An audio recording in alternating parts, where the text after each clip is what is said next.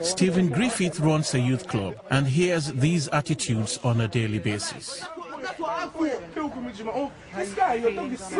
Stephen, you heard these boys. I mean, to me, they were just brutally honest, but frankly speaking, it's scary, some of the things they were saying. I see too much abuse of young women on the streets. You heard the guys speak themselves, and they speak in a way that they don't realise, they don't understand. What concerns me is whether a girl who agrees to have sex with some boys has the power to say no at any point. Well, this is the big question,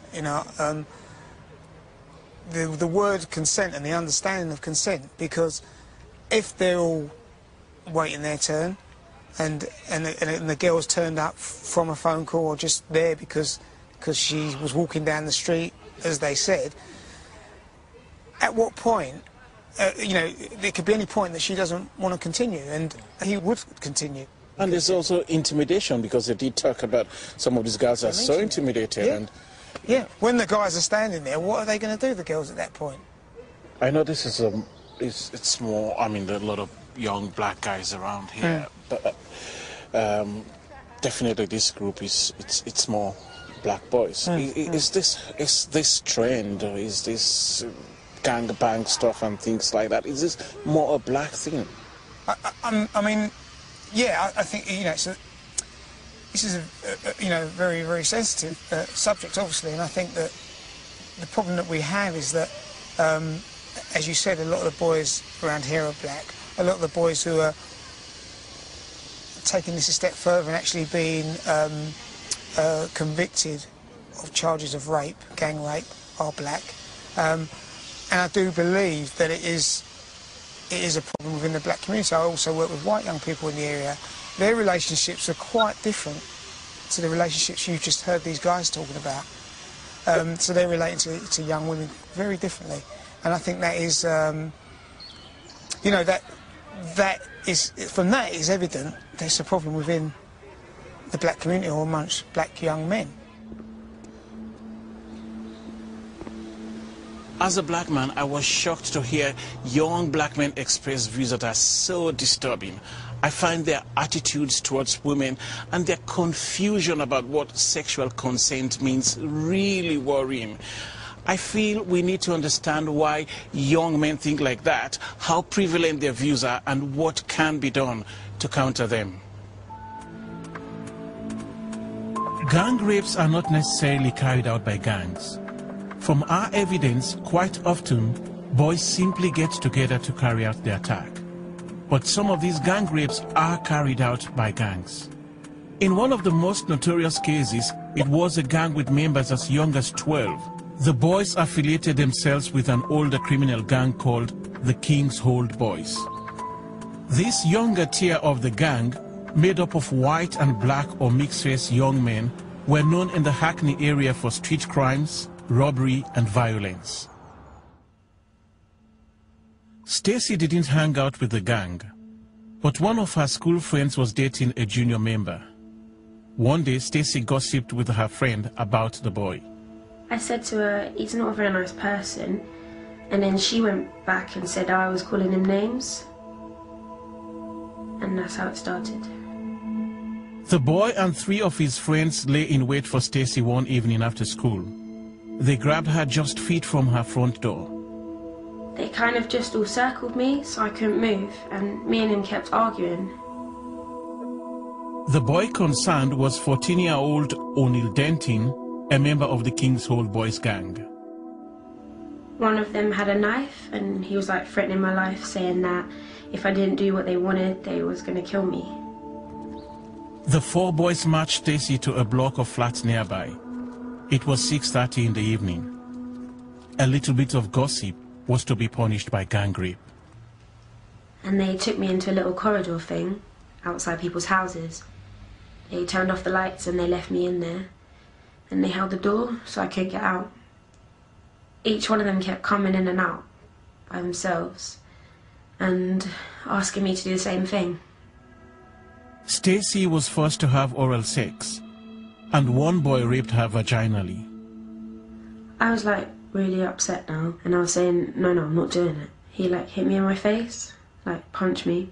He pinned me on the floor. I had to lay there, and he got on top of me, and he physically raped me then. And there was a woman that walked in, and I was just sitting there on the floor crying, and the woman walked past me as well, and she just looked at me and was like, and then she walked in her house and didn't do nothing.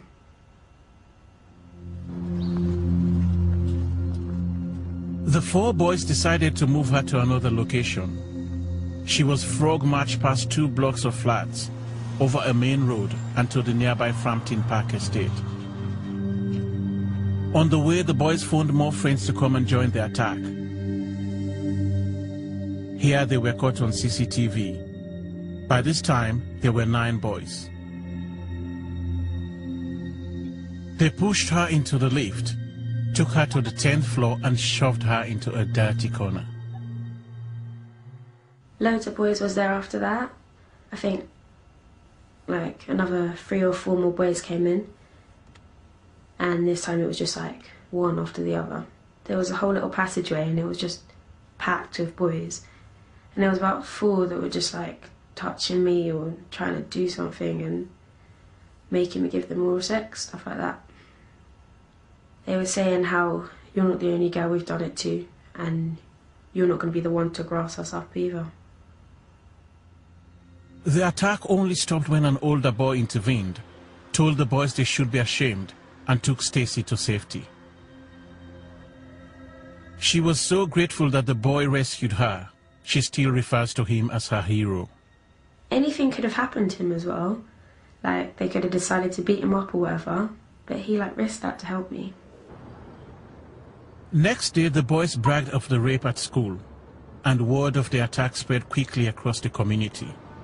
Detective Constable Jonathan Burks and his team made arrests within 2 days.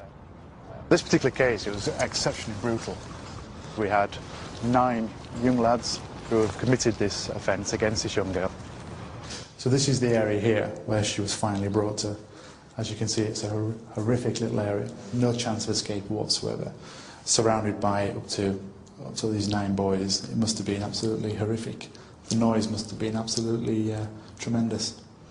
This is a punishment case. O'Neill Denton was the leader of these particular youngsters, and he directed them, and they all followed suit. Is this whole thing a black thing?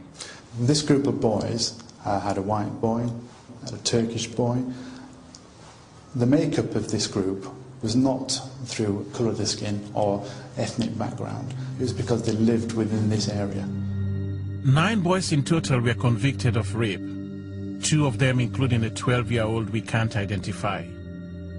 Some of them were shocked to be prosecuted.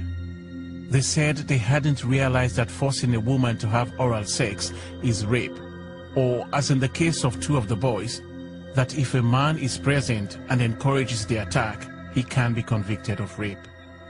When I spoke to some of the boys, when I was interviewing them, a lot of them didn't realise that some things that they were doing were sexual offences. I certainly heard one of them saying it was only oral sex. That's not rape. These boys were caught because they boasted of the attacks, and some of their friends came forward as witnesses. Often, victims don't tell the police. In the black community, there's this whole thing about no snitching, and it's very inflicted on you from a young age. You don't snitch, you don't talk to the police are the enemy.